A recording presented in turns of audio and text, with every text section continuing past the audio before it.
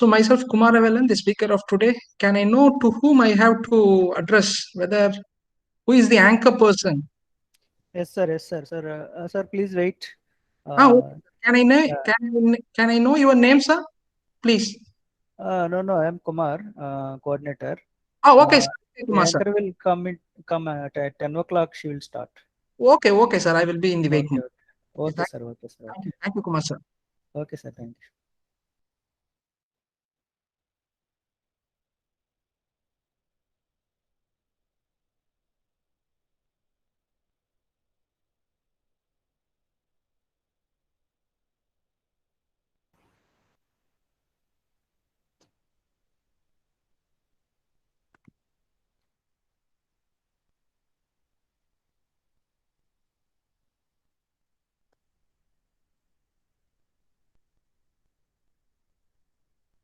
Good morning to all. We will start session by sharp 10 o'clock.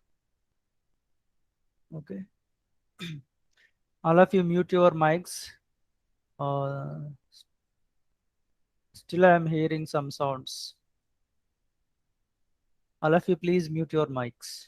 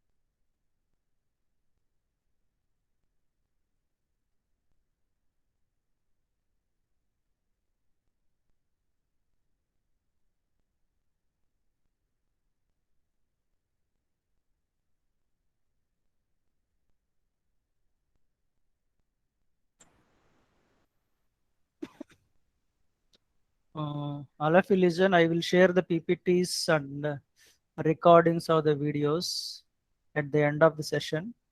If I share now, again you will ask at the end of the session. So at the end of the session, I will share all the PPTs. And if you need, I will give the recorded videos URL also. Okay, we will upload in YouTube and we'll give the URL. Don't send the requests regarding the PPTs and recorded videos. We will share it definitely all together once. All PPTs together once. We'll share it.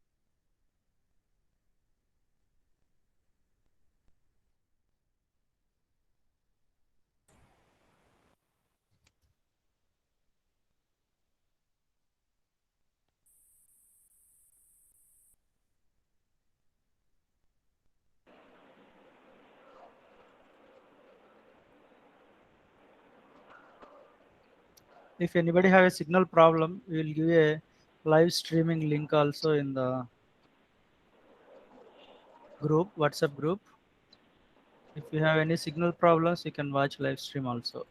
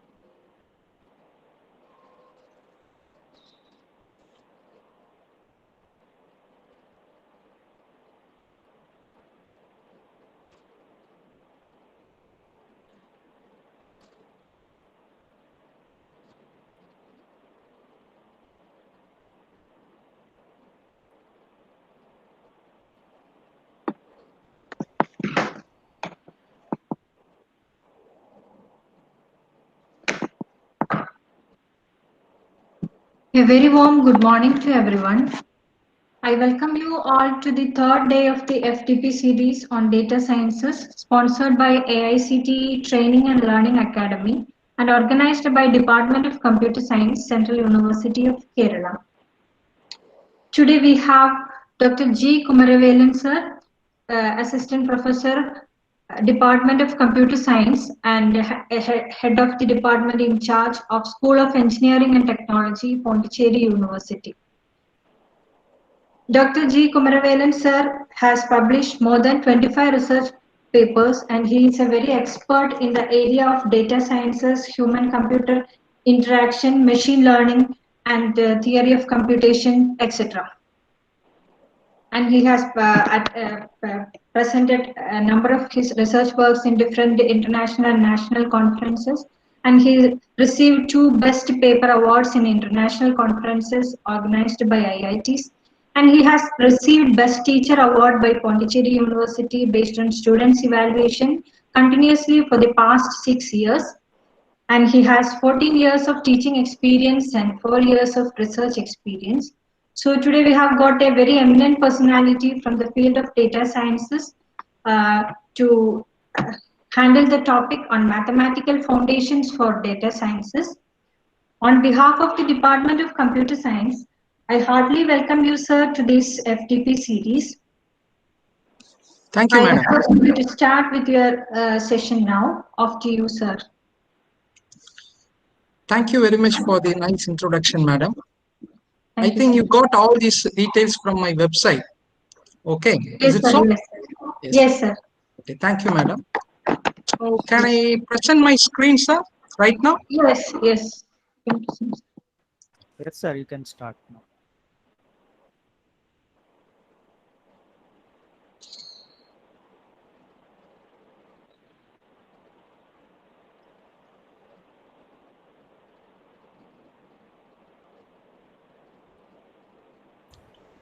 Sir, are you able to see my screen, sir? Yeah. Yes, sir, visible. Continue. Okay. So, after an introduction of myself, Professor Kumaravelan, Assistant Professor, Head in Charge, Department of Computer Science, School of Engineering and Technology, Pondicherry University, Karaikal campus. That is missed. That's why I repeated. So, my topic today is given to me by Kumar sir is mathematical foundations for data science. So, I think I'm standing in the third day of this program with respect to data science. Yes, sir, yes. Yes. So, if you're having any queries, dear, you can ask me last, right? So that it is very easy for me to complete all the details because it's a vast content is given to me, right? So that is linear algebra, statistics, probability, and hypothesis testing. So each takes its own time, right? But I try to complete all these concepts, right? If you are uh, active and at the same time, if you give me some room, right, without any kind of disturbance in the sense, some noises, okay, I think you will cooperate with me. Straight away, I'm coming to my business, right?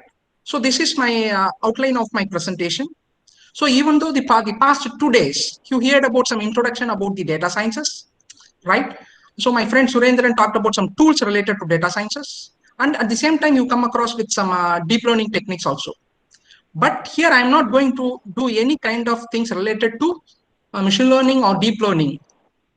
But whatever may be the mathematics behind all these kind of stuffs, right, that I'm going to touch upon, right? So before going to see all these mathematics, you have to know some fundamental mathematics, right? For all, which is something more essential for linear algebra, statistics, probability, and hypothesis testing.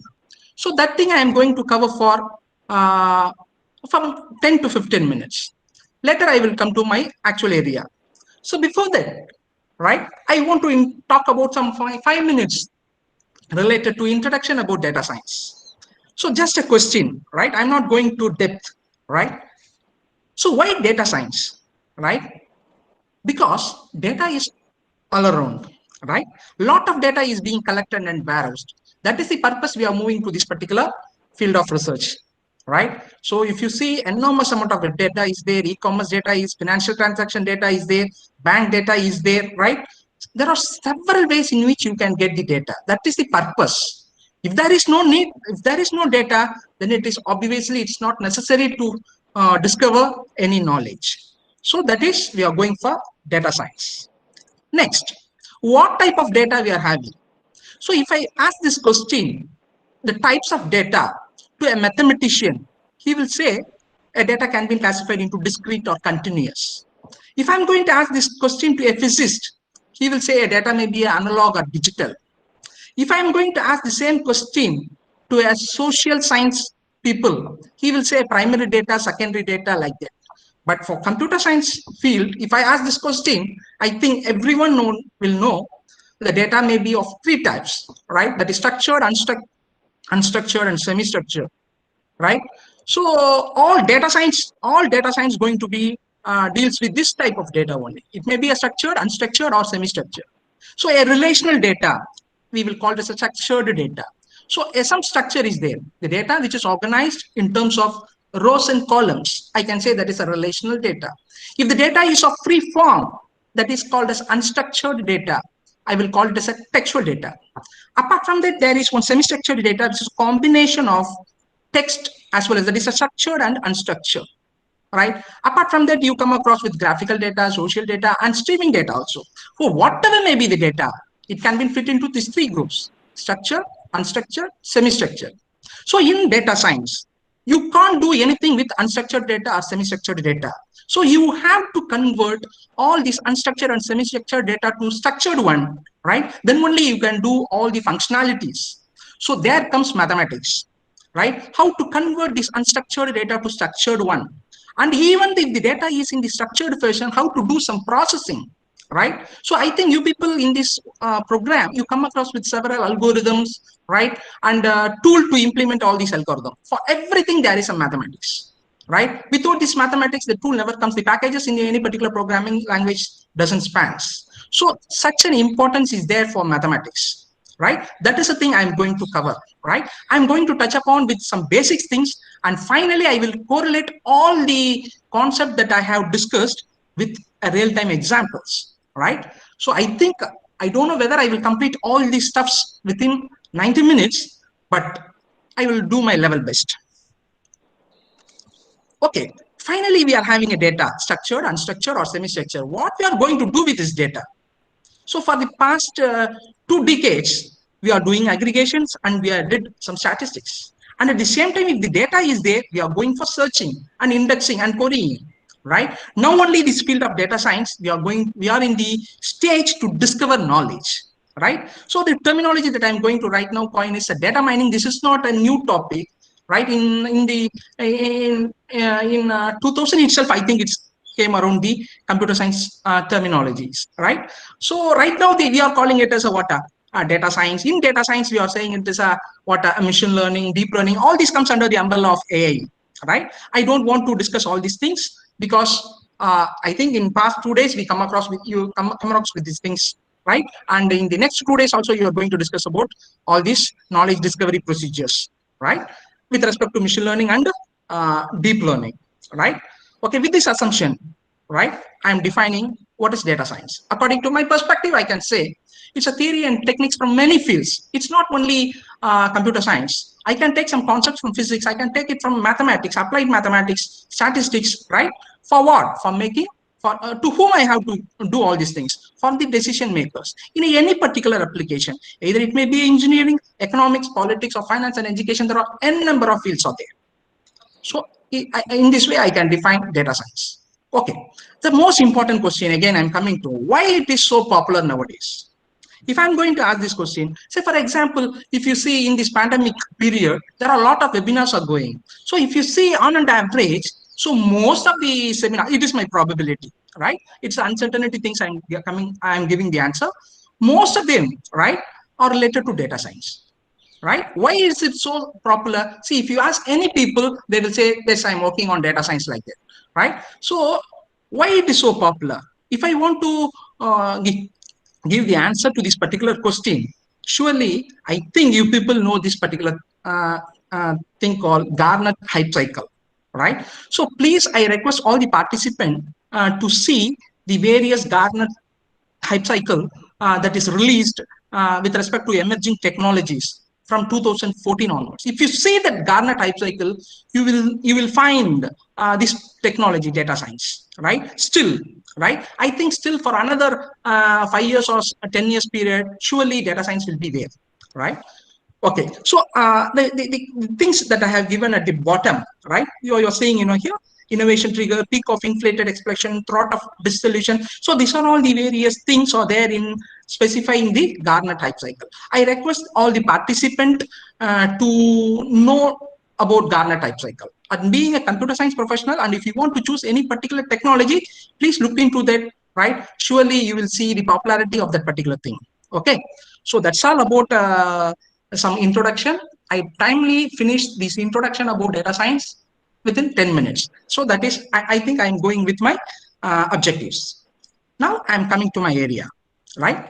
So if you really want to do some good things in data science, you have to concentrate on these particular areas. Mathematics, surely.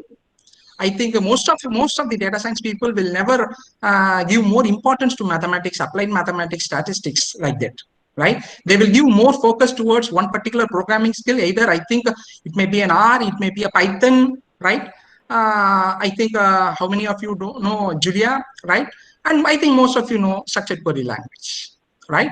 So still there is a competition. If you want to be a professional in data science, whether I have to gain some programming skill in R or Python, right? Each has its own features, dear participants, right? You can also integrate R in Python and Python in R, right? Okay, so whatever may be the functionalities in data science you are going to learn, that can be available in packages in both R and Python, right? I think you are going in this workshop, you are going to have some kind of a hands-on in Python or all, I don't know.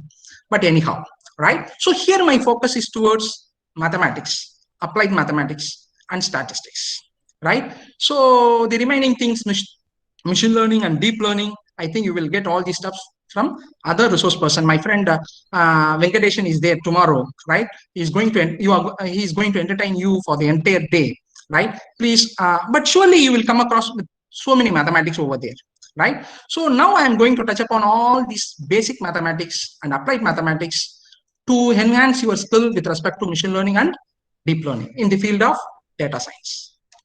Okay, I am coming to my business. So now I am going to touch upon some mathematical, whether I'm audible? Sir, Anyone? yes, yes, audible, sir, audible. Continue. Thank you. Yes, sir, audible. Whether my language is okay? Okay, sir, okay. Excellent, Continue. sir. Excellent. Are you able to follow me?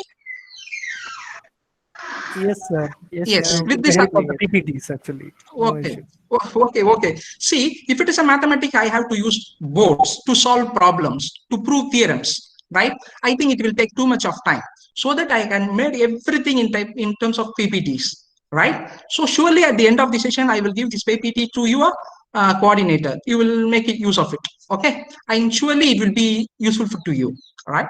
Okay, now I am coming to my business. So this is a basic mathematics that I am going to touch upon, right? So in data science, the most important thing is data set, right? So a data set can be populated with data. So if you want to know the meaning of the data, you have to know the function, you have to know the mathematics set theory and function, right? That is the thing I'm going to touch upon for another 10 minutes of time. What is a set? A set is basically an unordered collection of objects. That objects may be structured one, unstructured one, or semi-structured one. So this is a general definition of a set. Okay.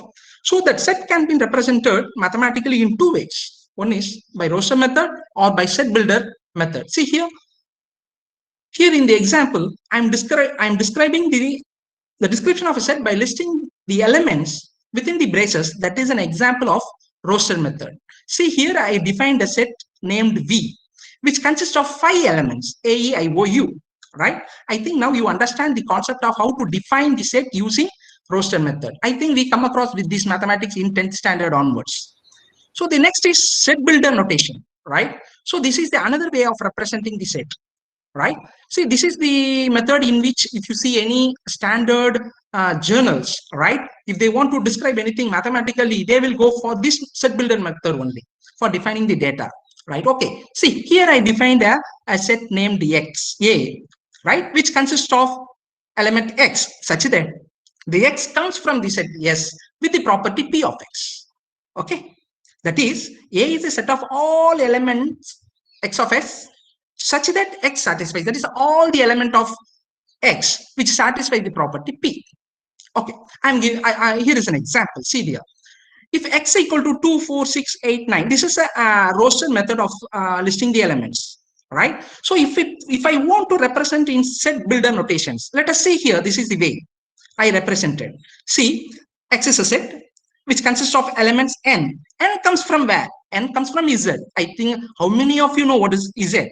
So you have to know, dear, as a computer science people, you have to know certain notation for all the numbers, right? So here Z is integer, right? If you see that n, the property is given here. This is p of x. So the p of x is what?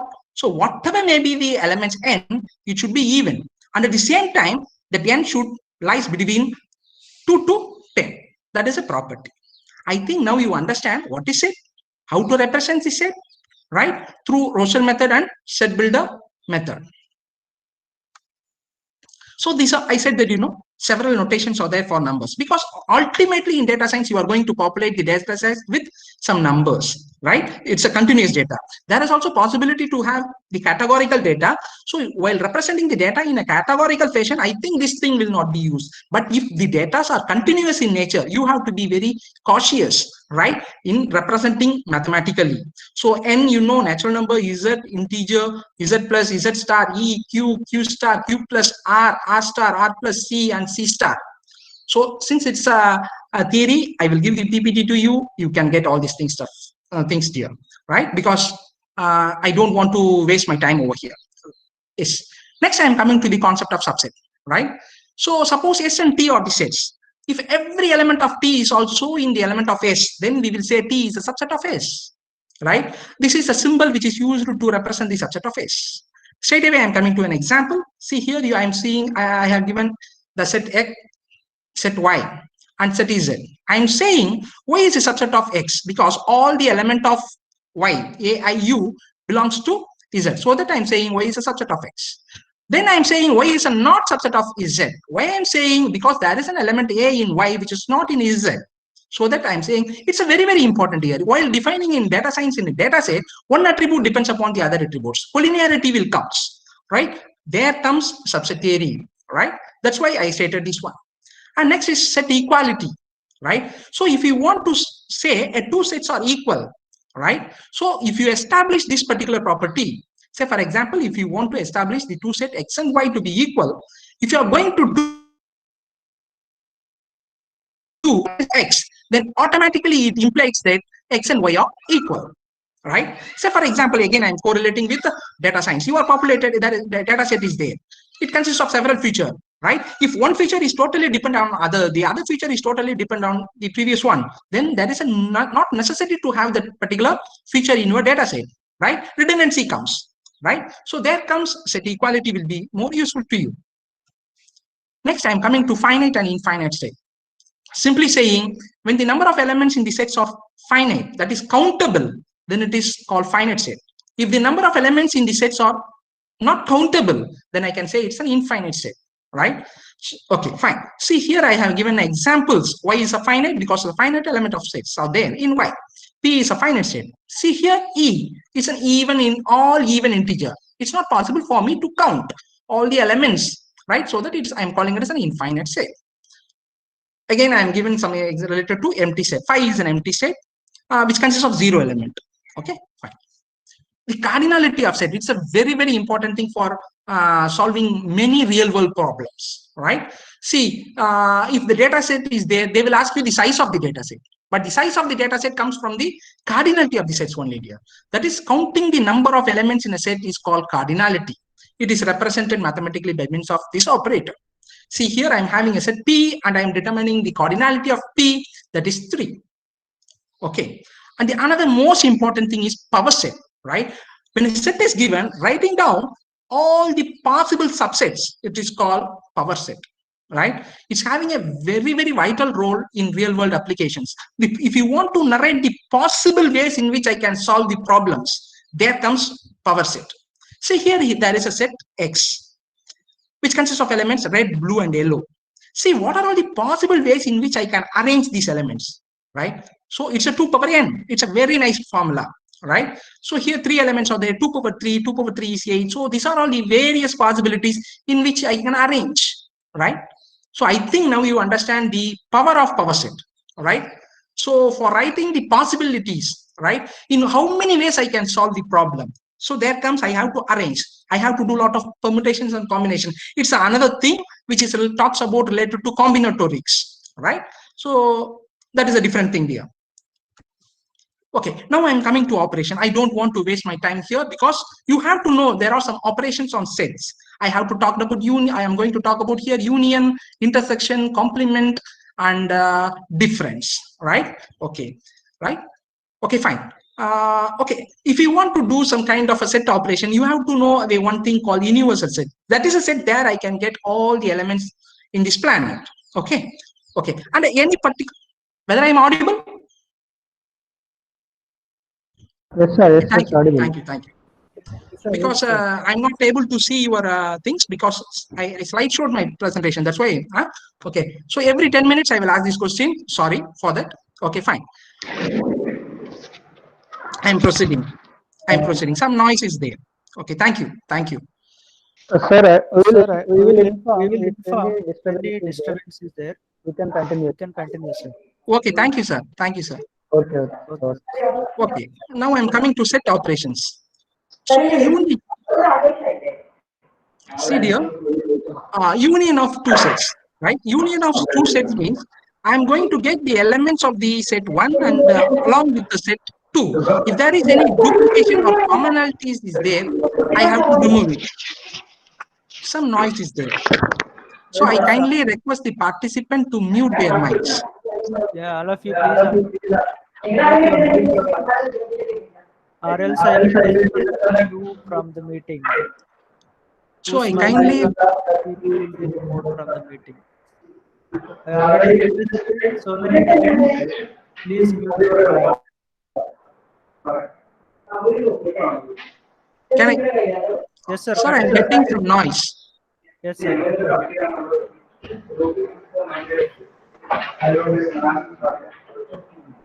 Sir, can I continue? Because I'm continuously getting some noise. I think some participants have not muted their mics. Sir, it is from the university ID only. It is from this university ID. University ID. From my side?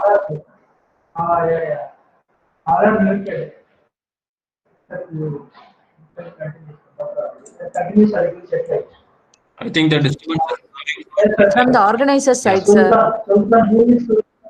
Okay, ma'am. The noise is from the host. Okay. So I request the coordinator to mute their mic. Thank you.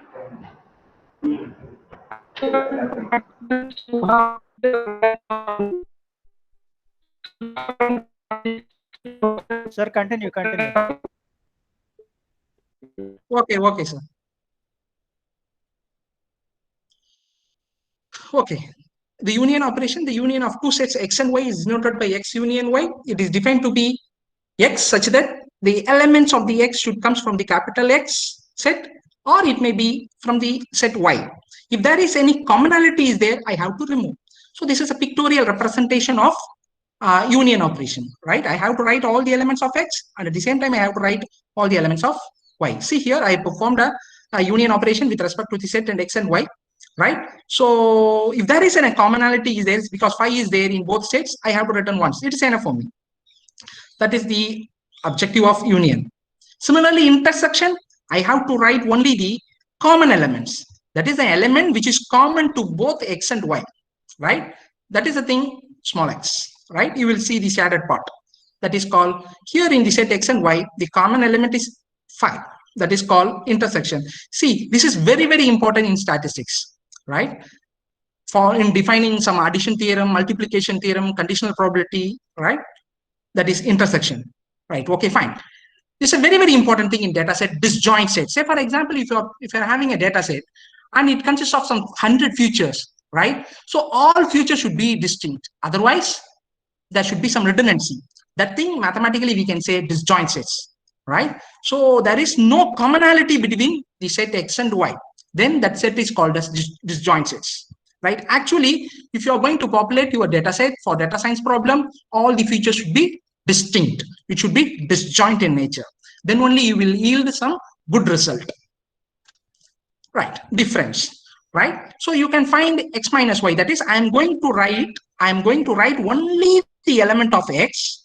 If there is some elements from Y is there in X, I have to remove it. That is the meaning of what? Difference. See here, I'm going to perform Y minus X. See, if that is, I have to write only the elements of Y, C, D, E, F. But C and D is already in X. So I have to remove it. I have to write the elements E, F only. That is the meaning of difference. Similarly, complement, right? So for doing a complementation of any particular set, you need the elements in the universal set. Then only you can do complementation. That is a general property, right? See here, with an example, I will explain you. C, D, E, F for the elements of X and A, B, C, D, E, F for the elements in U. Then the complement of X, so whatever may be the element which is not in X, but that element must be in U. That is going to be the complement.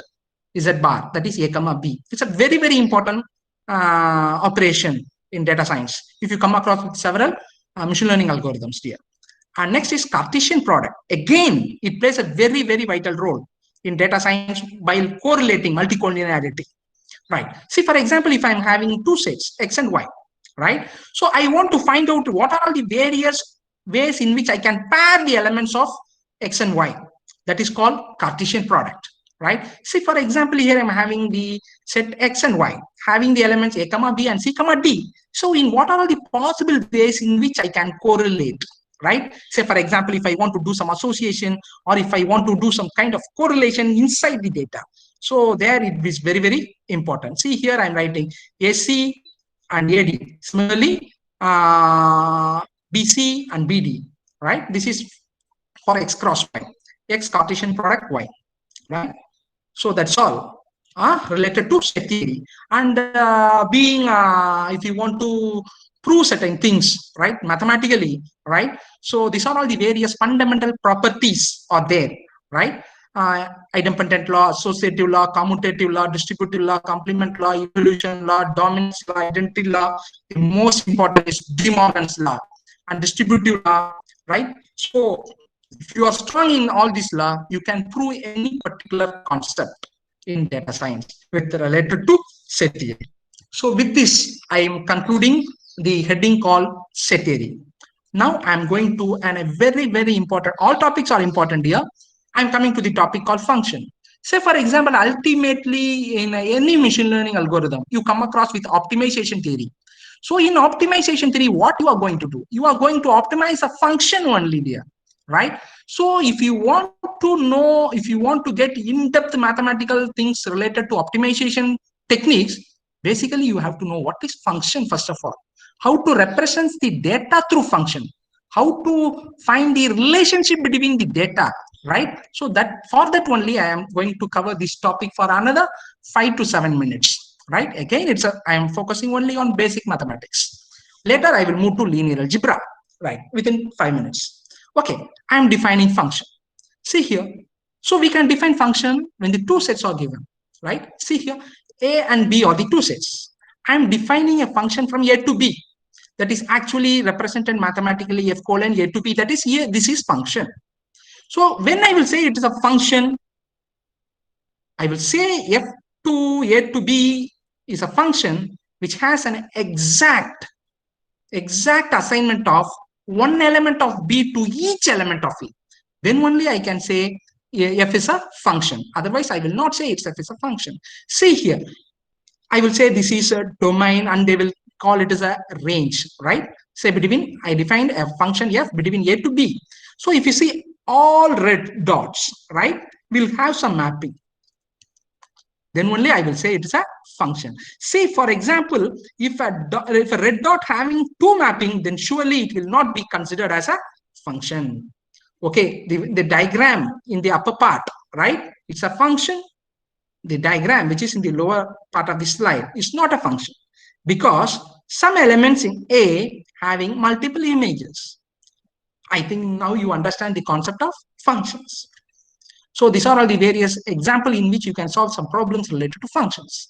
See here, I'm having the sets A and B, and the function is defined like this, a mapping. The element 1 is mapped to C, the element 2 is mapped to A, and the element 3 is mapped to C. Whether it's a function or not, yes, it is a function, because all the elements of A is having some kind of an image with respect to B. See, in example 2, so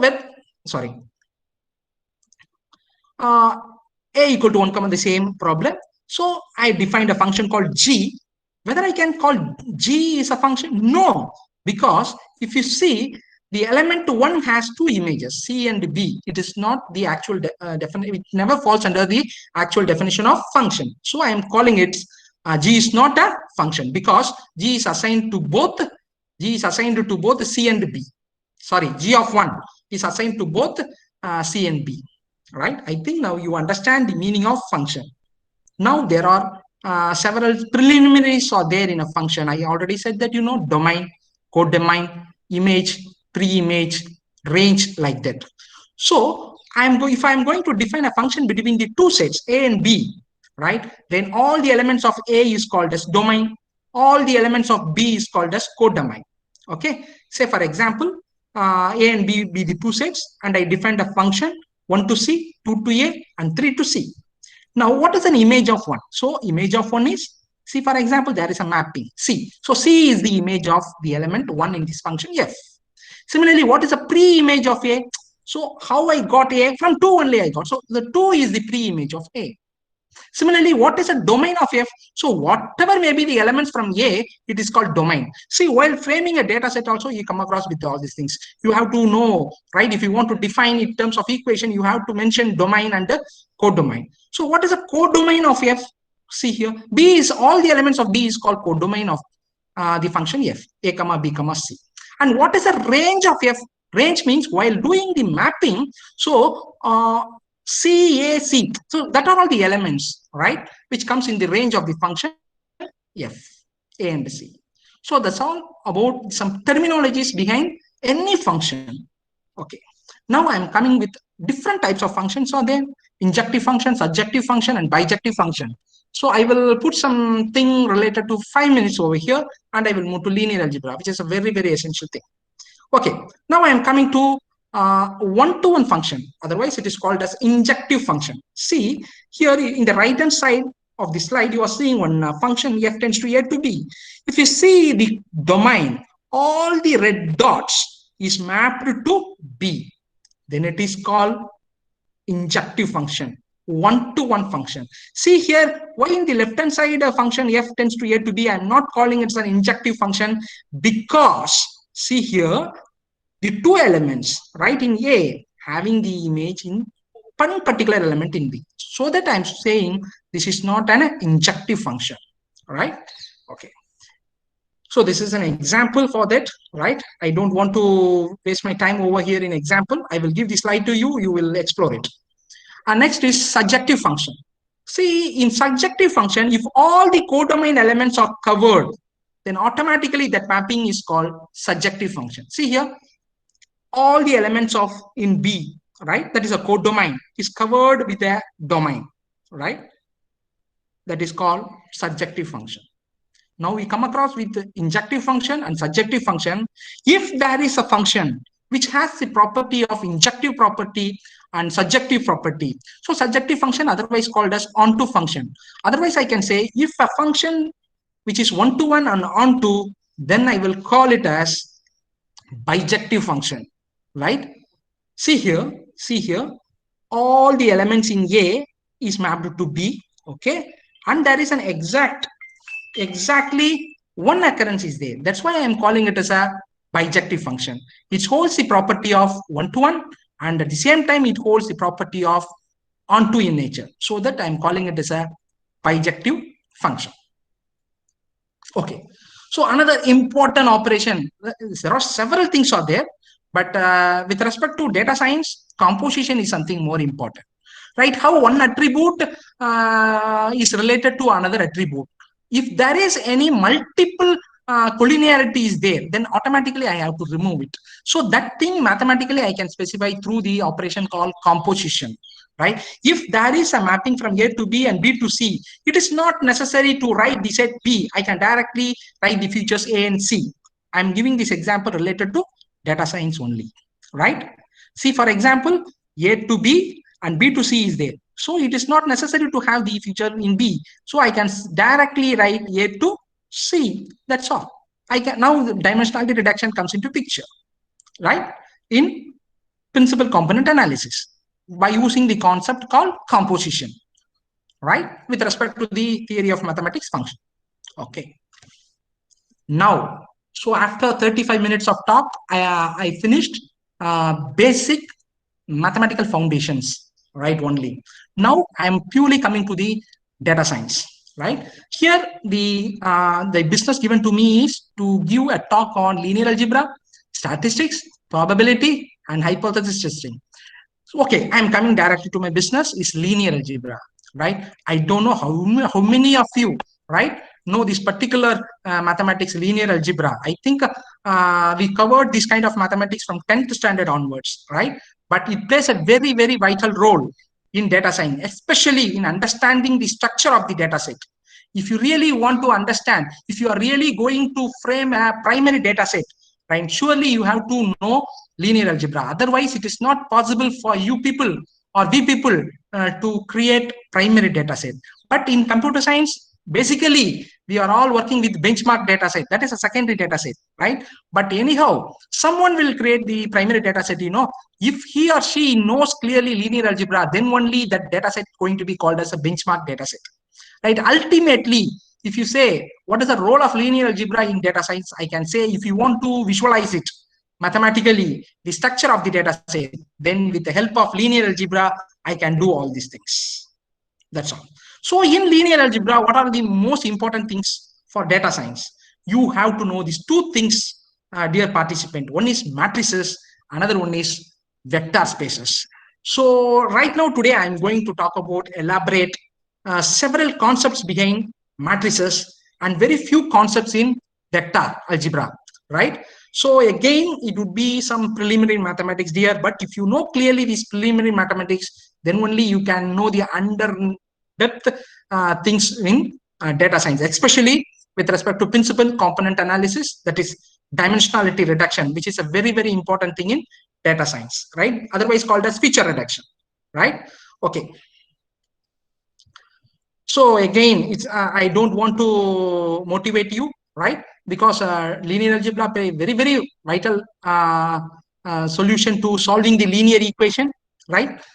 And with respect to computer vision, I think here how many of the participants doing some research related to image processing, that is computer vision, right? There you need you have to know the basics of linear algebra, right?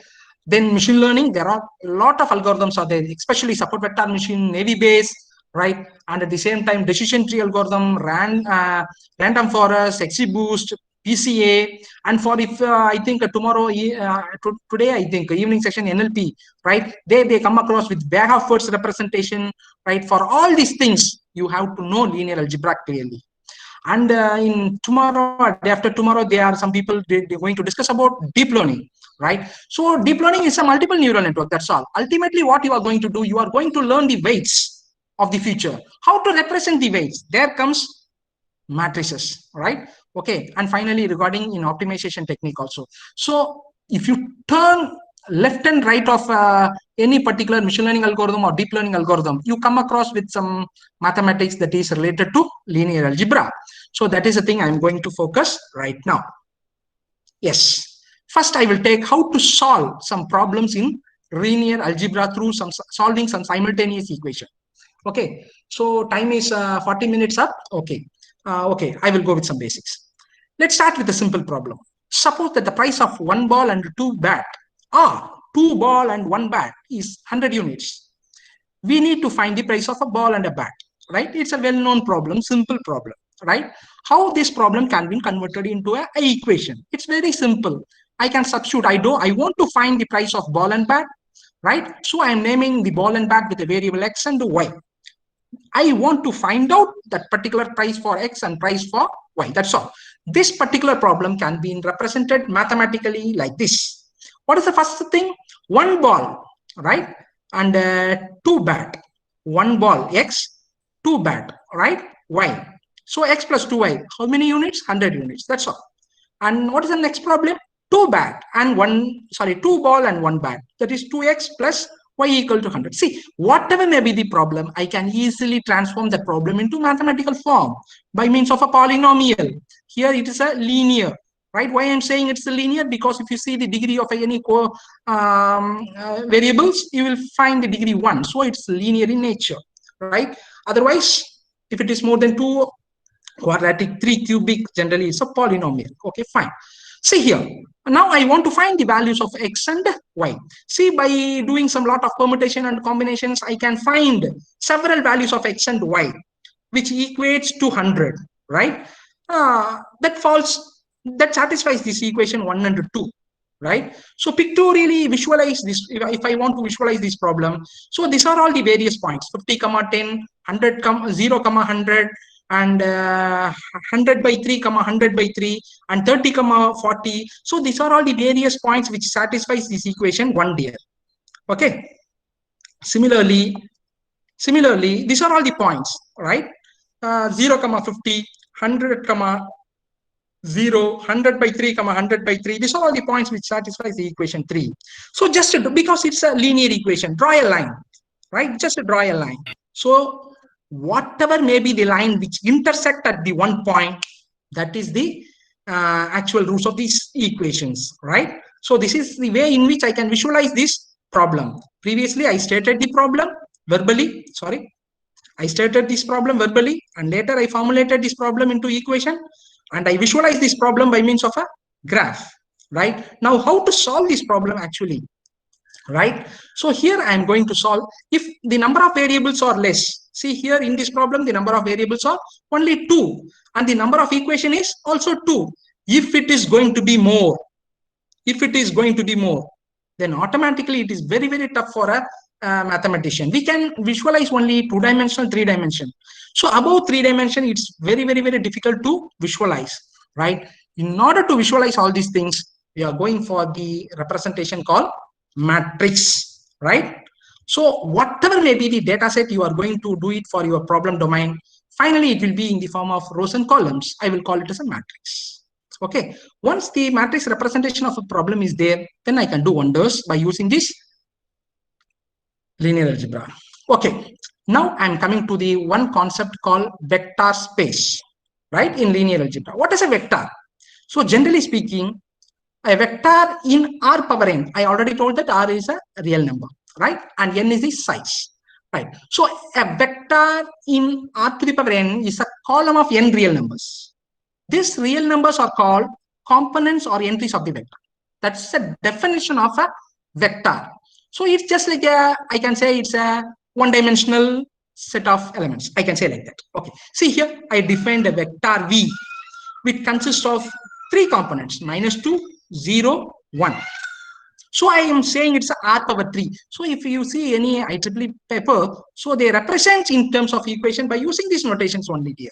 So R power 3 means that is a vector which contains 3 elements. So here in this example, the elements are -2, 0, and 1. Okay, what are the operations that I can do on the vectors? Basically, I can do 2 operations, that is addition and multiplication, right? So the another slide, there I am going to visualize the vector. So I think in your 10th standard mathematics, they usually call a vector is a quantity which has magnitude and direction. See here, the blue line, the green line, I am calling this a vector. It has its own magnitude. Magnitude means the values. Let us consider 0 to 1, 1 to 2, and 2 to 3. That is a magnitude. And the direction in which it moves, that is, it moves from east to west. So it has a direction. Similarly, the vector, the green line, I can call it as a vector. It has its magnitude and the direction. What is the magnitude it has? Say, for example, 0, 1, 1, 2, 3, and 4. It's having the value. And similarly in y-axis it's having z 1 2 3. So I can say it's a 4 comma 3, right? 4 comma 3 is the value, right? And it has its own direction like this here. So here I can do two operations. Either I can do some addition or I can do some multiplication, right? Okay. So I will explain you the application of vector by taking a real-time data science problem around 11:15 exactly, if time permits, right? I will do some text analytics, right, with respect to this vector operation, right? Now straight away I am coming to the concept called matrices. So I think everyone knows a matrices is a way in which I am going to organize the data in terms of rows and columns. In data science, it is generally used to store information like weights in artificial neural network, that is in deep learning, right? Ultimately, in any machine learning algorithm, you have to do some training and testing the data, right? So the data set can be modeled in terms of matrices. Yes, I can say it's a two-dimensional array of numbers. Here you are seeing a matrix A, right? 3 rows and 3 columns, right? I don't want to go in depth regarding the representation like that. If you want to access the element 5, that is, if I'm going to consider it is a matrix, that is second row and second column, that is I comma j. 1 comma 2, a of 1 comma 2 means first row, second column, that is 2. Okay, fine. Next, these are all the terms you have to note here, right? To define your data set properly. Order of a matrix, that is number of rows and columns, right? Square matrix, that is when there is a equal, that is a matrix in which the number of rows is equal to the number of columns. Then that kind of data set is going to be a square matrix. So it is always advisable to have a square matrix, right? To do some effective machine learning operations. Diagonal matrix, for solving really a simultaneous equation, you have to make your problem to diagonal matrix. That is a matrix with all non-diagonal elements equal to 0 is called diagonal matrix. Upper diagonal, say for example, in a square matrix with all elements below the diagonals are equal to 0, then it is, I will give some examples. Upper diagonal, upper triangular matrix. Similarly, there is a concept called lower triangle matrix where in square matrix with all elements above the diagonals are said to be equal, then it is called lower triangular matrix. This upper triangular and lower triangular matrix are heavily used in solving simultaneous equation or any characteristics equation, right? So there is a concept called scalar matrix. A scalar matrix with all diagonal elements equal to some constant, it is called scalar, right? Okay, fine. So now identity matrix, it's a very, very important for performing inverse operation. Once if you know the inverse of the matrix, then it is everything is over with respect to data science related with regression, right? So if I know inverse, I can do some regression analysis, yes, mathematically, right? But there are several tools, and right now there are several equations out there. Okay, fine. Identity matrix, everyone know in a square matrix, if all the diagonal elements are equal to 1, then it's called as an identity matrix. Similarly, column matrix, row matrix, a matrix consists of only one column, it is called column matrix. A matrix which consists only one row, it is called row matrix. And trace, it's a sum of all diagonal elements in a square matrix, is called trace. So if you know all these things, then you can clearly categorize your data set, right? Now I don't want to waste my much time over here in matrix arithmetic here. You can do, I think, matrix addition, right? You come across in your I can from schooling onwards, right? So I don't want to waste my time over here, right? Just you can add the matrix through by means of but before adding any two matrices, the rows and columns should be equal. That is a very, very important criteria. Okay. So see here, I will give a simple thing. So 1 plus 3 is a 4, 0 plus 4, 4, minus 1, 2, like that. You have to proceed for the remaining rows and columns. Similarly, the most important thing is the product, that is A to B, because if you want to find the inverse, I have to multiply the matrix with its determinant. Okay, I will come with this concept later, right? This is the way in which I can do matrix multiplication, right? So if you want to do multiplication, then you have to know one important thing, right? See here whether the matrix multiplication is possible between A and B.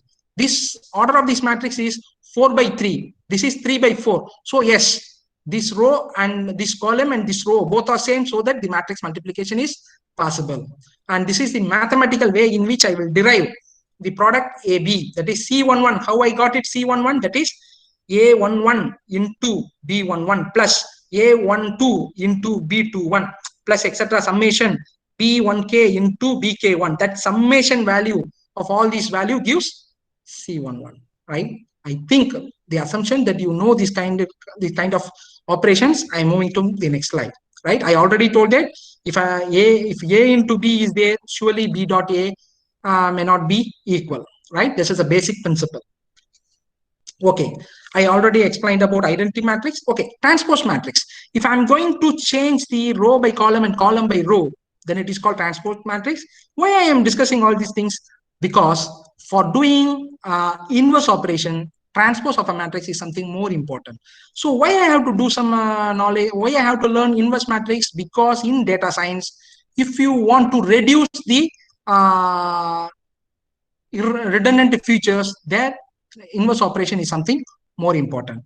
Okay, yes. Now I am going to solve this equation through the concept of inverse, right? Okay, I think already 40 minutes is over. Okay, fine. So representing the equation in matrix form. See here. So this is my equation. Don't say it's a matrix. See, what is the first equation? I can say like this, right? X1, x plus y plus z. Okay, x plus y plus z equal to 1. 2x plus y equal to 4. 5x plus 3y plus 2z equal to 4. So three equations I have represented through by means of mathematics, right? So A is the coefficient matrix and X is the variable matrix and Z is the value matrix, right? Okay, so everything I converted the equation totally into matrices. It's a 3 by 3 matrix, that is the coefficients, and X is a column matrix and Z is also a column matrix. So I can solve this by using the standard row echelon form, right? So say how will you do? Right, first you construct the argument matrix. Argument matrix means take the A matrix and take the value matrix, value column, and augment it. Yes, I augmented and do some multiplications, right? And addition operations over their rows and columns and make it to lower diagonal matrix or upper diagonal matrix. You will find one variable, right? So substitute it to another, you will find the values of x, y, and z. So I think you know this kind of mathematics from your elementary schooling level onwards, right? So I don't want to put too much of things over here, right? Okay. Next, I'm coming to rank of a matrix. See, the rank is something more important in data science, right? So a rank of a matrix is equal to the maximum number of linearly dependent row vectors in a matrix. So in a data set, if there are some redundant rows are there, that can be identified by using the concept of rank of a matrix because it gives the independence.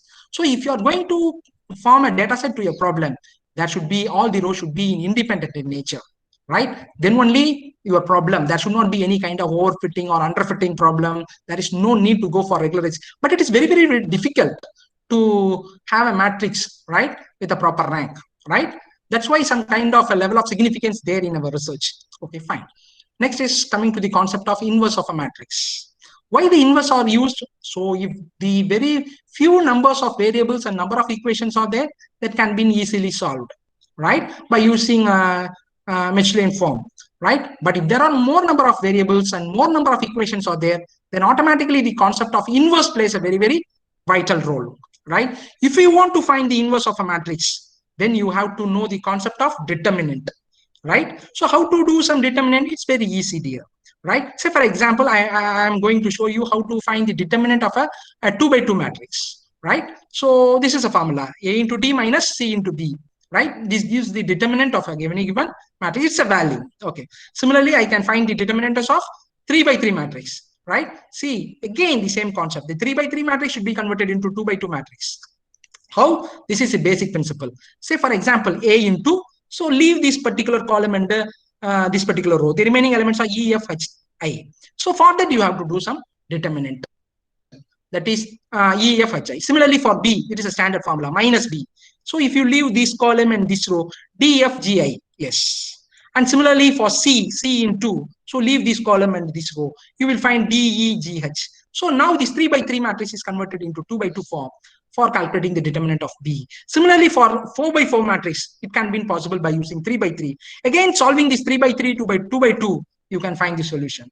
So whatever may be the higher order, we are able to find the determinant of the matrix, right? Determinant plays a very, very vital in calculating the inverse of a matrix. Okay, before going to discuss about the inverse of the matrix, I have to know the concept called minor of a matrix, right? So how to find the minor of the matrix? Again, by taking the concept of what? Some kind of an operation. First of all, the matrix should be in square form, square matrix form, right? See, deleting the ith row and the ith column will give the minor of a matrix of that element, right? Say, for example, here I want to find the minor corresponding to the element 1, 1. Let us consider. So I want to find the minor of the element 1. That is, I have to leave this column. I have to leave this row. So the remaining things are 2, 5, 0, 2. For that, I have to find the determinant value. That is 2 into 2, 4. Minus 0 into 5, 0. So answer is 4. So the minor of the element 1 of the matrix A is 4. Similarly, you have to find the minor of all the elements, right? By taking the concept of determinant, right? Why I am finding the minor? Because for finding the cofactor of a matrix, minor is something more important, right? How to find a cofactor of a matrix? Just changing the sign of the minor terms gives the cofactor. How to find the cofactor of a matrix? Just add the indices there. That is enough. See, for example, 1, 1. Say, for example, I want to find the cofactor of a matrix 1. So what is this position? It is first row, first column. 1 plus 1. 1 plus 1 is even number. If it is even, you have to put positive sign. If it is odd, you have to assign negative number. Say, for example, what is the position of the element 2 over here? It is first row, second column. Adding the index will give 1 plus 2. That is an answer 3. So it is an odd number. So I have to assign negative. So that is a logic of finding the cofactor of a matrix, right? So here, this is the cofactor of the matrix of A. Okay. Okay. Why I'm going very fast, dear? Still, lot of concepts are there, right? For you. That's why I am going very fast. Next is adjoint matrix. How to find the adjoint matrix? Why I'm doing all this operation? To find the inverse of a matrix. That is the thing. Right. So if I want to find the adjoint matrix, okay, what you have to do, find the cofactor of a matrix. Yes, I already find the cofactor of the matrix. Here is my cofactor of a matrix, A, right? Just to transpose the cofactor of the matrix. That's all for finding the edge of a matrix. See, I know this is my cofactor, right? Next, just transposing that cofactor, which leads to edge matrix, right? Once the edge is there, right, then it is very easy for me to calculate the inverse of a matrix. So I think you know the meaning of inverse. With respect to addition operation, if an element 2 is given, so if I'm going to do some addition with minus 2, it will lead to identity, right? If that is A star A equal to E, I am going to define everything in terms of groups, right? Here, sorry, A1 into A2 equal to E. Here, A1 is A2 is the inverse of A1, because by doing some operations, either it may be an addition, either it may be a multiplication. If it leads to an identity, then I will say that elements are inverse to each other, right? For addition operation, minus. For multiplication, it is division, right? I think you understand the concept of general inverse, right? So once if you know all these things, then it is very, very easy for you to find the inverse of a matrix. So if you want to find the inverse of the matrix, first what you have to do, you have to find the edge of the matrix, right? So once the edge is determined, what you have to do, you have to multiply the edge matrix by its inverse of determinant. It will give the inverse of the matrix.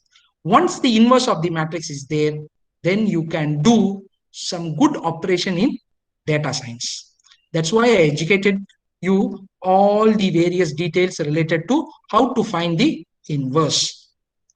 Okay, so I will give this slide to you. It's self-explanatory, right? You can get a lot of things, right?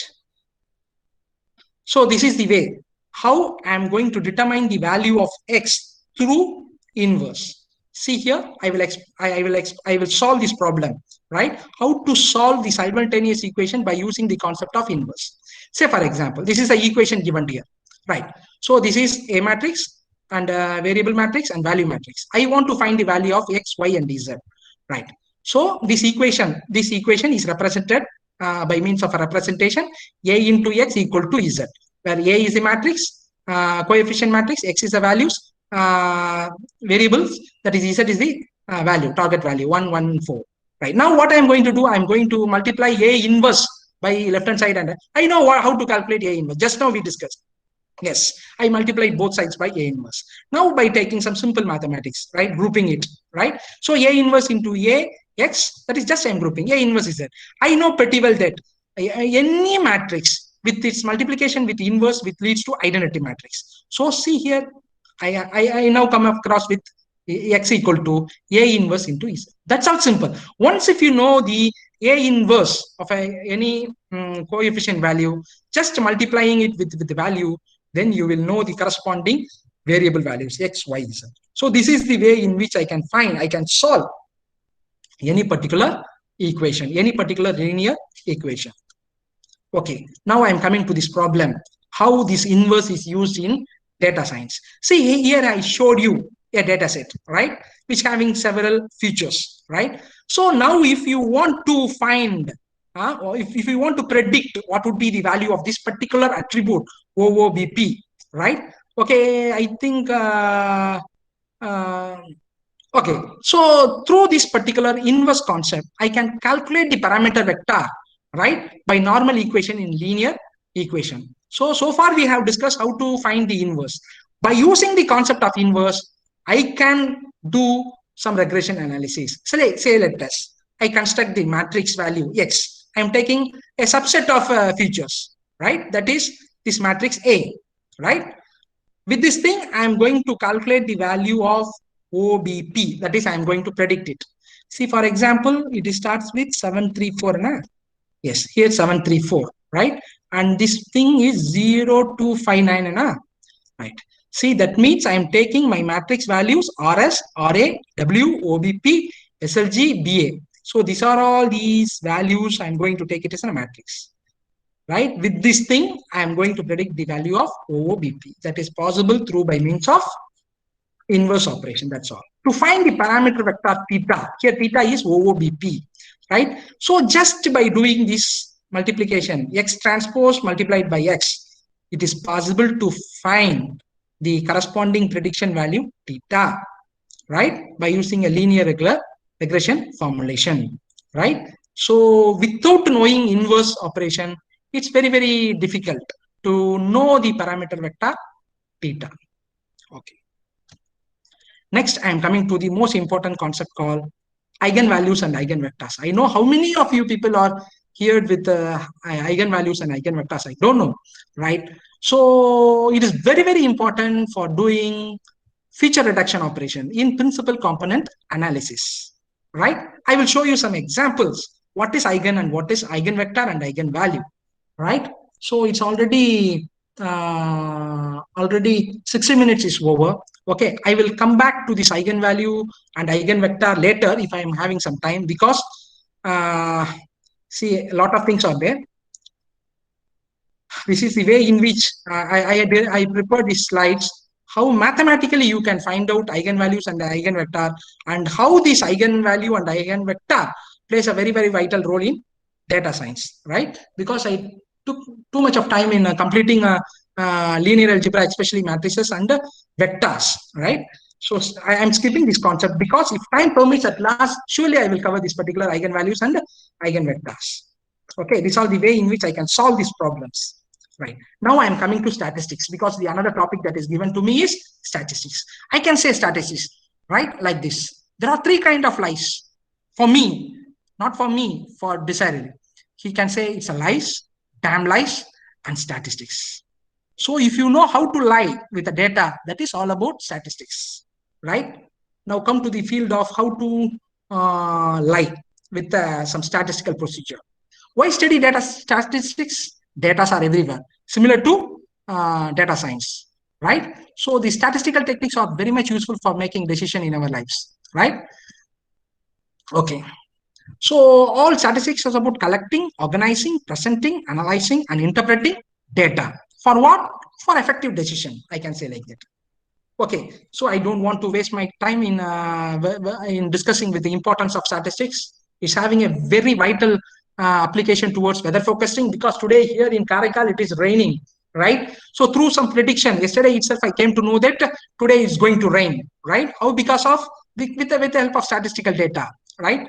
I'm predicting all these things. Similarly, it's having a lot of application with respect to insurance industry, financial market, medical field, right? Even I can predict who is going to win the election, right? That is in assembly election. It's going to come in Tamil Nadu and Pondicherry, right? And 2021, right? If I have the proper data, right? Okay, fine. So what are all the things you have to know before going to learn the advanced level of statistics? You have to know certain things there.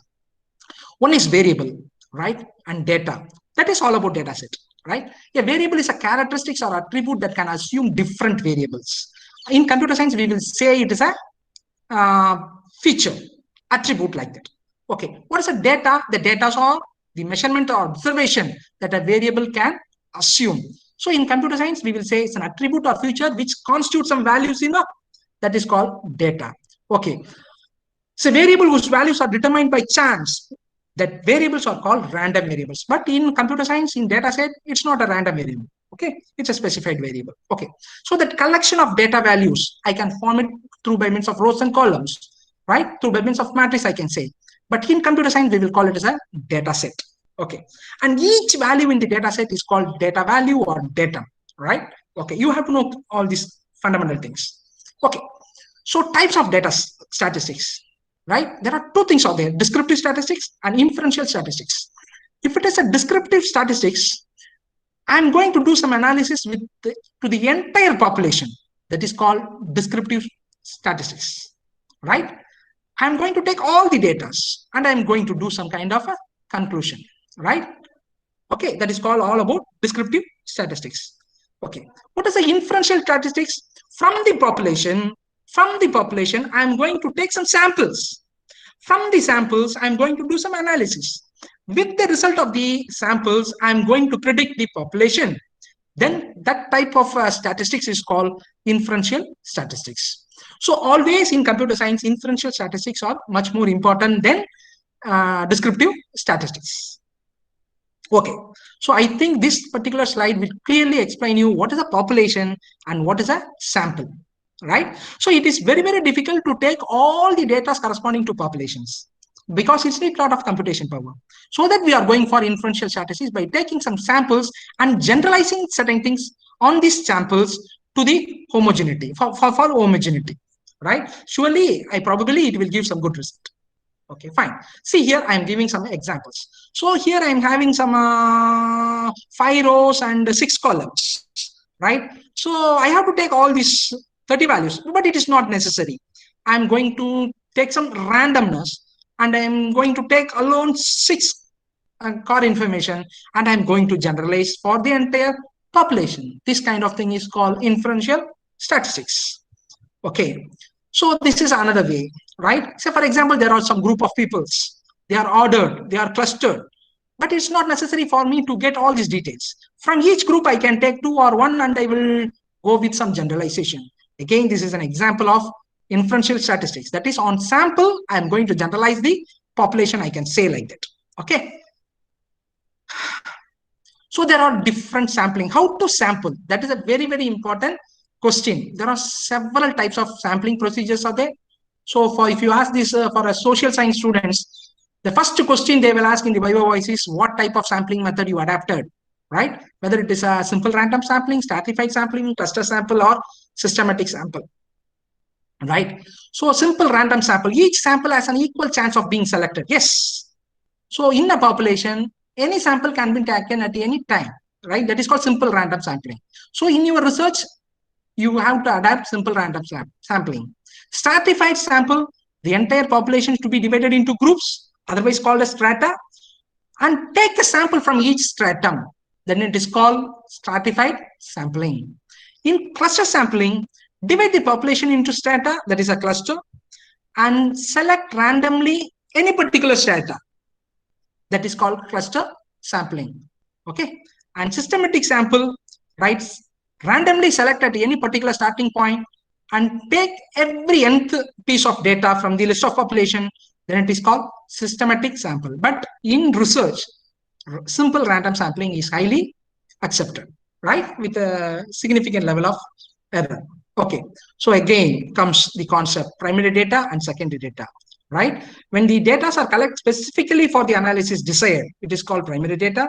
But it's secondary data, the data are already collected by some research people. We are going to use it for our experimental purpose. Then it is called secondary data. In computer science field, all the research experiments and simulation works will be accepted only on benchmark data, that is on secondary data, right? Whenever the application is novel, then you can go for primary data. Okay, so while again I'm coming to the data set, right? In data set, ultimately we are going to have the features or attributes. In statistics, they will call it as a variables. That variable may be either qualitative or quantitative, right? So when a variable or attribute can be called it as a qualitative, the variables that can be placed into distinct categories, that is called qualitative. Say for example, gender is a qualitative, right? I can do it for male or female or other gender, right? What is a quantitative variable? A variable, right, that is numerical in nature, that can be ordered or ranked. That kind of variable is called as quantitative variable. Example, age is a numeric variable. Okay. Okay. It's okay. I will give this slide for just for fun, because after 80 minutes of listening, whether you are listening actively or passively, I don't know. I take it you are listening to me. I lecture actively. I don't know how to do statistics, but don't worry. Why? But it does not matter, because I don't have data. If you don't have data, don't bother about statistics. If you really have data, then you have to bother about statistics, dear. Yes. Again, there is a lot of things out there in statistics, dear. I cannot compromise that statistics to be completed within an hour, 2 hour, or 3 hours. It's take its own time, right? So here I'm ready to give some inputs related to frequency distribution. It's a very, very important thing as a starting point in statistics, dear. Again, if time permits by the coordinator, I will come across with all these things. How to do some frequency distribution, right? Through on continuous data and categorical data, right? So this is the various steps I have to do for frequency distribution. This is an algorithm, right? And these are all the various pictorial way. I will come to this concept when the time permits. And how to draw histograms, how to draw frequency polygon, and how to draw or give, right? All these things. Okay. Now I am coming to probability, because this another concept is a topic that is given to me. Again, I am going fast because of time limit, because I have to finish it within 90 minutes, right? Okay, probability. So it's a numerical measure here for measuring the likelihood of any event will occur, right? Usually the probability lies between 0 to 1. Everyone will know, right? So it will measure the when it is 0, there is no possibility of occurrence. When it is 1, surely there is a possibility of occurrence. If it is lies between 0 to 1, it will shows the uncertainty, the chance, right? So this particular diagram will explain you clearly the probability. It lies between 0 to 1. Yes. And at this thing, 0.5 is a mid-range. So the increasing the likelihood to occur. So if you move from 0.5, then automatically there is a chance of increasing the likelihood of the occurrence. So if it is 0, the event is very likely to occur. If it is 0.5, the occurrence of the event is just as likely as it is unlikely. If it is 1, it's going to occur. Right? Okay. In statistics, the experiment plays a very, very vital role. Right? But this experiment, right? In statistical experiment, probability determines the outcomes. Okay. Even though the experiment is repeated in exactly the same way, the outcome may differ. Say, for example, if I'm tossing a coin now, I can get head or tail. If I'm going to repeat the experiment for other time, I will get different things, right? The outcome may be different. That is that's why the experiment is called as random experiment. This experiment is completely different from the experiment that we are going to do it in a physics laboratory or chemist laboratory, right? So an experiment is any process that generates well-defined outcomes, right? I will give some examples. So the sample space for the experiment is a set of all experimental outcomes. Say, for example, while tossing a coin, what is the sample space? Head or tail. While tossing a die, what is the sample space? 1, 2, 3, 4, 5, 6. Similarly, for deck of cards, or you can take any problem, right? So the outcome of an experiment is called as sample space. See here, tossing a coin, head and tail. Inspection apart, defective, non-defective. Conducting a sales call, purchase, no purchase. Rolling a dice and play a football game, win, loss, or tie. Okay, fine. So all the probability must lies between, if you are going to do some kind of an experiment, yeah. So it should be lies from 0 to 1, right? Yes.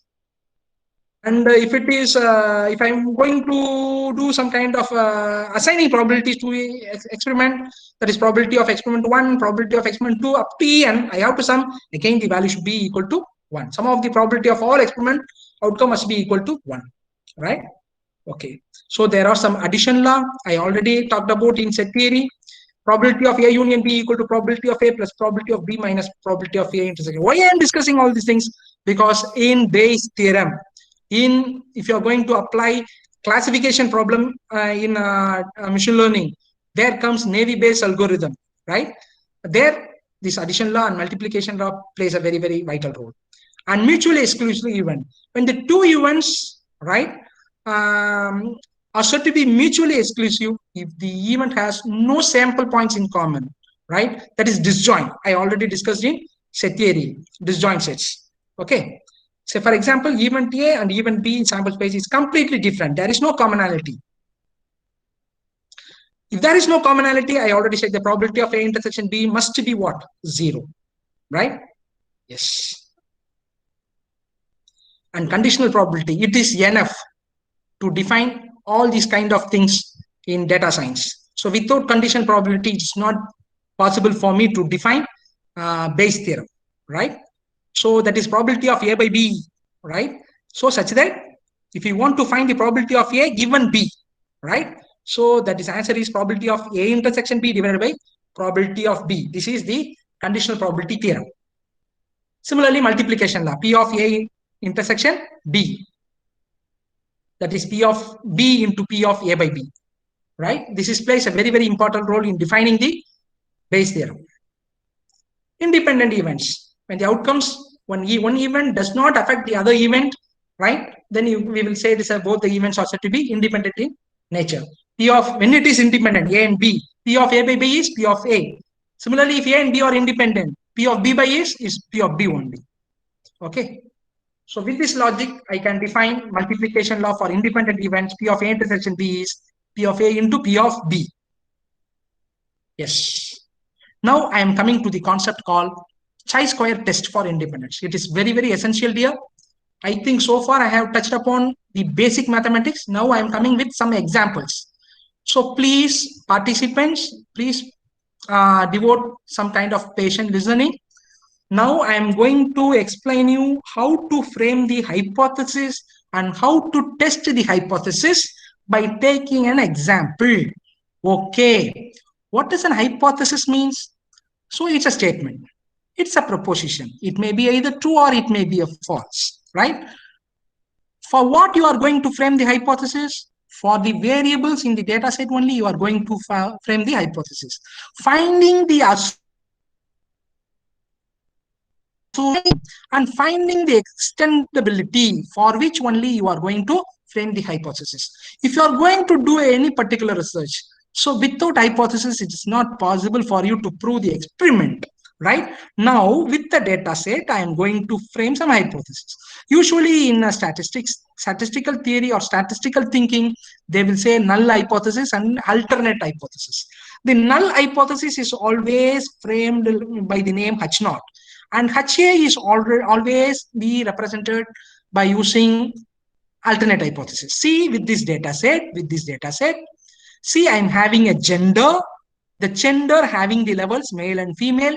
Similarly, the voting preferences, it is another feature, I can say, with respect to computer science. With respect to statistical point of view, I can say two variables, I'm going to find the association, whether there is any relationship is exists between the variable Gender and voting preference. The gender has its two levels, male and female. Similarly, the variable voting preference having the levels Republican, Democrat, Independent. I think this data set with respect to US election.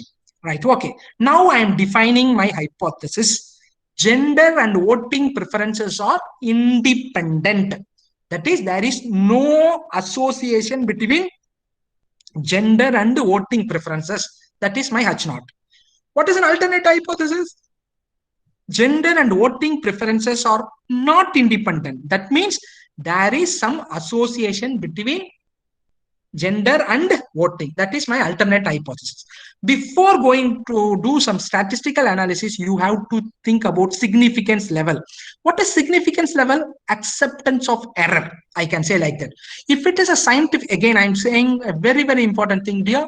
The significance level should be of 1%, or it may be 5%, or it may be 10%. So usually in computer science, we will accept the significant level as 1% only, right? So 99% our result should be accurate.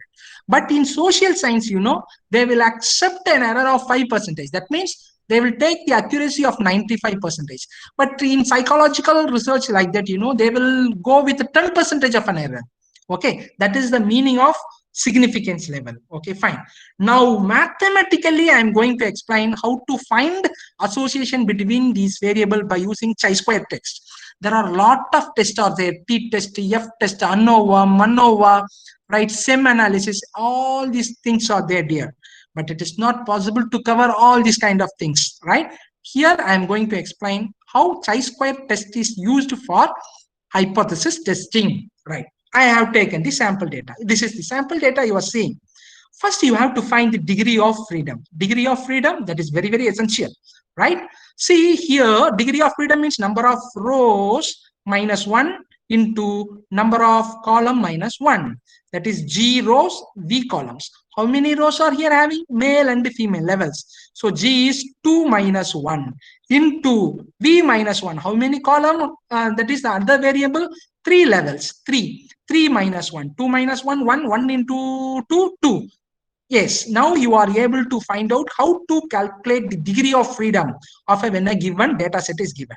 Next, you have to find out expected frequency count. The formula for expected frequency count is Ng into Nv into N. We know N, right? Okay. See here. I have to find out the respective, how many males with respect to Republican, how many males, because it's a frequency count, right?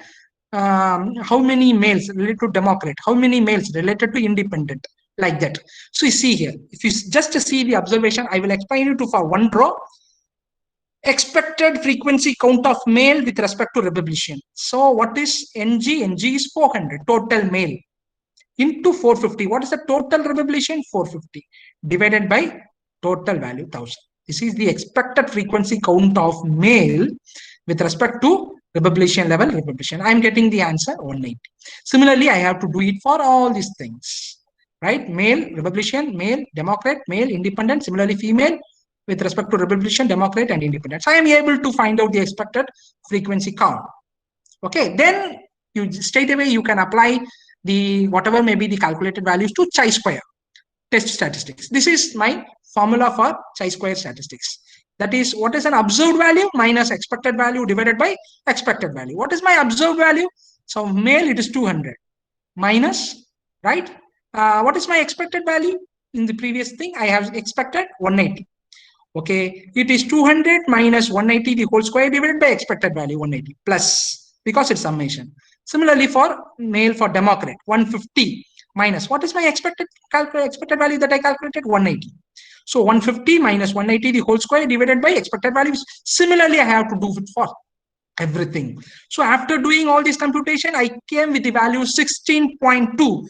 That is my expected value, right? Now, if you want to find whether the hypothesis to be tested positive or negative, that is true or false, you have to calculate with the tabular value, with the expected value. In the website, there are several calculators are there. Once if you know this calculated value, calculated chi-square value 16.2, and if you know the degree of freedom 2, then give it to that calculator, it will give this value. So I have given this value, the expected value 16.2 to the chi-square calculator, and I am able to get the significant level, which is 0.003. That 0.003 is less than my significant level that I have chosen earlier, right? That is 0.05. So I am rejecting my null hypothesis. That is H0. That is gender and voting preference are independent. That hypothesis I am rejecting. That means there is some association between the gender and the voting preferences. So this is the way in which you can check the association between the variables, right? Okay, so this is the way in which I can test any hypothesis, right? If the more number of levels are there, then you have to go for more than 2. You have to go for F test, P test, ANOVA, MANOVA, like that there. Okay, so due to time constraint, I restricted my presentation to only chi-square test. Okay, so after all this mathematics, without giving some real-time example with respect to data science, it's meaningless. I think 5 minutes time is there. Now I am going to explain you how I am going to use the vector, how I am going to use the knowledge of matrices in performing text analytics there. I think some resource person is going to engage you related to NLP. So during that time, you will get all these kind of mathematics. Now I am going to explain you within a 5 minutes how to do some text analytics, right? Okay, I am taking the unstructured raw text. Okay, sorry. Okay, raw text. Then what I am going to do, I am going to do some NLP operation. Stemming means finding the root word. Stop word means removing the unnecessary words from the raw text. Once if it is done, then I will get some sequence of tokens. I am going to break it, right? I am going to tokenize the entire text, running text into token. Okay.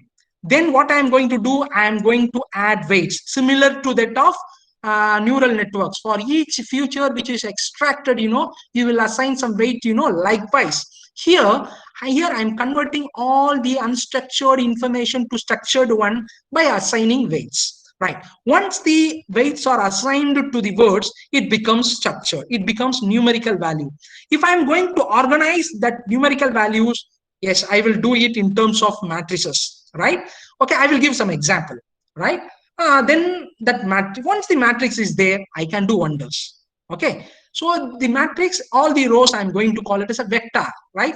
Once if I represent each row as a vector, then I will do several functionalities like I can do document similarity, or I can go for document classification by using the standard classification algorithms like decision tree, navy Bayes, support vector machine, random forest, XGBoost, right? Or I can apply not CNN, I can apply RNN, recurrent neural network, because the data is sequence data. If the data is a sequence in nature, I have to go for RNN. If it is an image data, then I have to go for CNN. For generally, I'm saying all these comments, right? Let us see what I'm going to do. This is the text I'm going to take, right? Yes, text. It's an unstructured text. What I'm going to do, I'm going to convert all this unstructured information to structured. Structured means what? Some numerical value how I'm going to assign, right? That representation is called bag of words representation. I think tomorrow or today or tomorrow you will come across with all these things in the heading of NLP, right? Okay. Now, I told that, I taught you the concept called vector. Now, by using the concept cosine similarity, I can find the relationship between one document to another document. So this is the cosine similarity formula. A dot B divided by modulus of AB, where A and B are the vectors. And this is the corresponding formula for cosine similarity. So after doing this, after computing this value, I'm going to check whether the data points are parallel. If the data points are parallel among the two vectors, then you can say these two documents are equal. If it is orthogonal, that means there is some deviation is there with respect to an angle, then I can say this document is dissimilar to that document with respect to some degree of independence. Don't worry, dear, I am going to give an example for that, so that now you clearly understand the text analytics principle. See here, for simplicity, I can I have framed the entire thing in a single slide. See here, I have taken 3 documents. Yes, document 1, document 2, sorry, document 1, document 2, and document 3. So I am doing all the NLP operation, stemming, root word removal, all these things. So I come across with the words course, data, interest, mind, study, subfield, text. Okay, now I'm not going to assign weights. I'm just going to check whether the course, the word token course is there in document. Is it there? Yes, it is there. So I put 1. So whether I am going to check whether the word data is there in document 1. Yes, it is there, 1. So in this way, I'm going to fill this particular matrix. Now see how the words are converted into values, right? This kind of matrix is called term document matrix. Otherwise, they will say document term matrix. Once the document term matrix is there, each document represents a vector, right? Now, if I want to find out whether there is any similarity is there between document 1 to document 2, just apply these 2 vector over here in similarity ratio, right? You will get some value, right? And you plot it in any 3-dimensional space, you will get some vectors like this. Now, just measuring the angle will give you how one document is differ from other document there. So that's all about cosine similarity. And in my clock, the time is exactly 11:30. So I covered most probably all these things, right? But I have not covered frequency distribution because of time constraint. Because some other speaker is also there. That's why I restricted, right? That's all dear. So I am very much eager to cover the concepts like frequency distribution and eigenvalues and eigenvector. Okay. Now, yes, sir. No problem. No problem. We'll share the slides so that. Okay, sir. Okay, now I'm stop presenting my presentation. Stop sharing. Yes, sir. Yeah, sir. Now it is a question and answers. Yes. Time. You people can raise your hand or post your question in the question. Thank you, Jai Shankar and Shamira Banu. You said, sir, store all PPT in Google Drive. Okay, dear. This presentation is not for me. For you only I prepared. Right. So I think it's very difficult for you people to ask questions because I talked everything through mathematics, right? Okay. Yes, you please proceed here by asking question, right? Yes. Anybody want to ask questions? You can Mathematical foundation is necessary to data science. Yes, exactly. Honestly, this is a powerful presentation. Thank you, David. Thank you very much. So apart from thank you, you please ask me some questions. I'm very much delighted. Can I, sir? Okay, sir. Can I? Yeah, you can. I'm audible to you? Yes, sir. Yeah. There are 2 questions for me. Yes. One is on eigenvalues and eigenvectors. Yes. So how can I use, if possible, can you show it? Okay. Otherwise, you can explain. Okay. Can I ask the second question also, sir? Yes, sir. Please go ahead, sir. Go ahead. Yeah. I'm having a wonderful primary memory. Yeah, in chi-square test, according to my knowledge, data used for the small sample. Yes.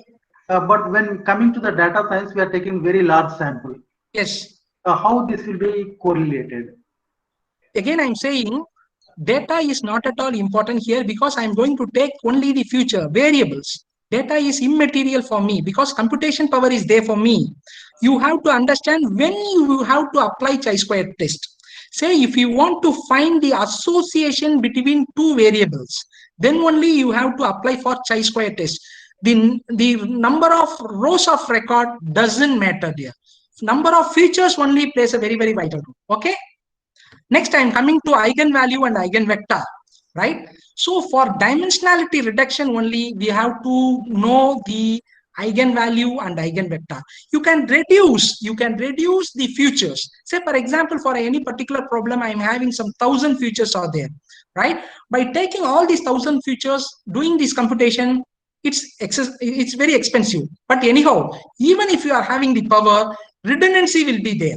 It will lead to some error. So removing the redundancy, we are going for eigenvalues and eigenvectors, right? So that is a concept that I have not covered. Surely, if some time is given to you, I will share my presentation to you, right? How especially, right, eigenvalues and eigenvectors are used, right, in principal component analysis. I'm again saying, so we are going to use eigenvalues and eigenvectors in PCA only, right? Not to any particular machine learning, right? If you are having enormous data and if you want to find out the importance where the actual knowledge is there, then you can, then surely the eigenvalue and eigenvector will give you the right direction. Thank you, sir, for giving answer to my questions. And Okay, I thank you for covering all the set theory. 90% of the definitions are covered, I think, to my knowledge. Thank you, sir. Thank you. Thank you, dear. Thank you. Next, so still, I have covered only little bit of probability, little bit of statistics, dear. Don't come to a conclusion that you people have learned statistics, linear algebra, probability like that, right? It is an ocean, right? It is an ocean. I can talk about statistics for 10 days continuously. It's my pleasure. Okay, sir. Next, Samiran, you can ask. Samiran, please, you can unmute and ask. Samiran, are you there? What is the importance of eigenvectors? Again, I am saying, dear, see, whenever there are 100 features are there, it is not necessary to look for 100 features. You can restrict.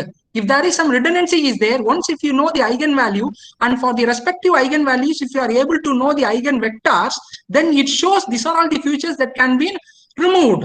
Okay, that is the purpose of finding eigenvectors. Eigenvectors can be found out for each eigenvalue. Again, I am saying I have to find out through some characteristics equation only. Okay, dear? Okay. If you give me another 30 minutes of time, I will explain how to find out eigenvalue, eigenvector with respect to any particular mathematically as well as with respect to PCA also. Sir, one more question. Can we calculate correlation between two non-numeric variables? No, dear. See, dear, there are variables. Always you have to convert the categorical variable to continuous. Do you understand? Then only you have to do all these things, right? With the categorical thing, it's not possible. Okay. What is the best method for data pre-processing in STAN? See, there are a lot of normalization techniques are available there, right? Say, for example, when the noise is there, when the error is there, right? Say, normalization comes into picture. There is Z score normalization is there, min-max normalization is there, right? By using some binning method, you can fill the data. We can do all this pre-processing. Pre-processing is necessary whenever there is a noise or error is there in the data while capturing, right? That can be done. A number of techniques are there. Next one, sir. Which method is suitable for weather forecasting? Say again, which method you have to explore here? That is a beauty model, of machine learning. Model. Yes, model. I cannot. So, what type of data you are going to have? That plays a vital role, right? On which data set you are going to work? You just experiment it, all the benchmarked algorithms, right? And you can report it to the research community, right? When will they accept? If you work on the benchmark data set, then only they will accept. If you are going to work on with your own primary data, I think the research community will not accept. Okay, First of all, release your data set. First of all, release your data set with proving all these mathematics, right? Sir, we have next session at 12 o'clock. Okay, sir. Okay. I think I served my business. Kumar, yes, sir. Kumar is there. Kumar, yes, sir. Yes. I am only speaking. So you the Kumar. Yeah. Sir, I am not seeing you, but anyhow, thank you for this invitation, sir. I don't know whether I have served the business, right? But thank you. Thank you for you did a good job. Thank you, sir. Okay, sir. Surely I will share all my PPTs, everything to you, sir. Yes, sir. Share me. Next, invite. Thank you. Shabina. Sir, can I leave, sir? Sir, can I leave? Sir. Wait, sir. Next, I invite Shabina, research scholar, to deliver the vote of thanks. Hello, Madam, am I audible, sir? Yeah, audible. Yes, very good morning to all. Myself, research scholars from Department of Computer Science, Central University, Kerala.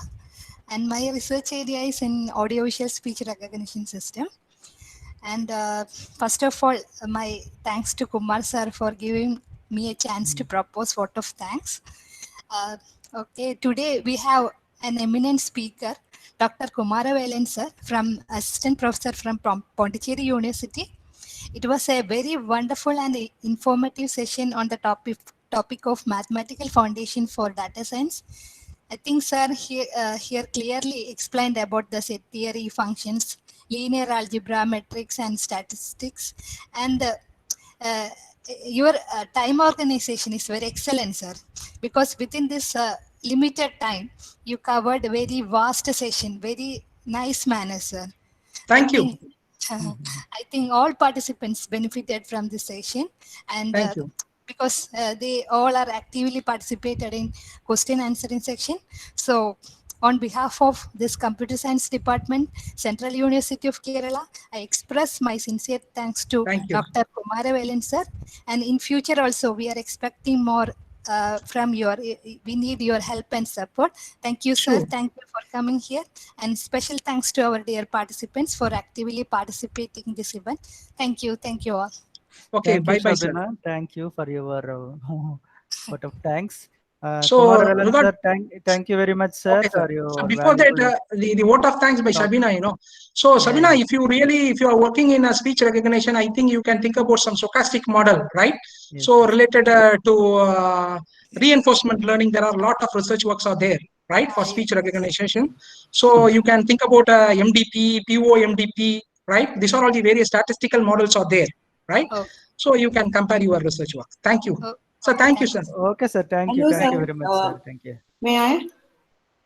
So can I Yes. leave? Just a Hello? minute, sir. Somebody is speaking. I can. Yes, yes. Hello, Hello. this is Bhagyashri, sir. Sir, Tell actually, me, I'm tell from me. electrical field, and I'm interested in AI, and but in a programming side here, the mathematical modeling, I understood everything, but the last you explained the that Chi-square test. Yeah, I didn't understand that thing. So I have humble request that if I have your email ID or contact details, so that I can contact you if I get any problem regarding. Madam, you can get my details from my website, Pondicherry University, Okay, sir. Karaikal campus. Myself, Kumaravelan, and my email ID is gkumaravelan@gmail.com. Right? So you can, under any circumstances, you can call me and I can clarify your doubts if I am able to clarify that. Okay. Otherwise, I will find out the gaps and I will fulfill the back on that. Thank you. Thank you very much, sir. Thank you. Okay, sir. Thank you, very Kumar, much, sir. sir. Thank you. You, sir. Thank you very much. Okay. Okay. I'm leaving, sir. Okay, sir. Okay, sir. Good. Participants, still anybody not given attendance, please give it. Again, I'm posting the link. So next session will start by 12 o'clock. Okay. All of you get back by 11:55 a.m. All of you join by 11:55 a.m. Thank you.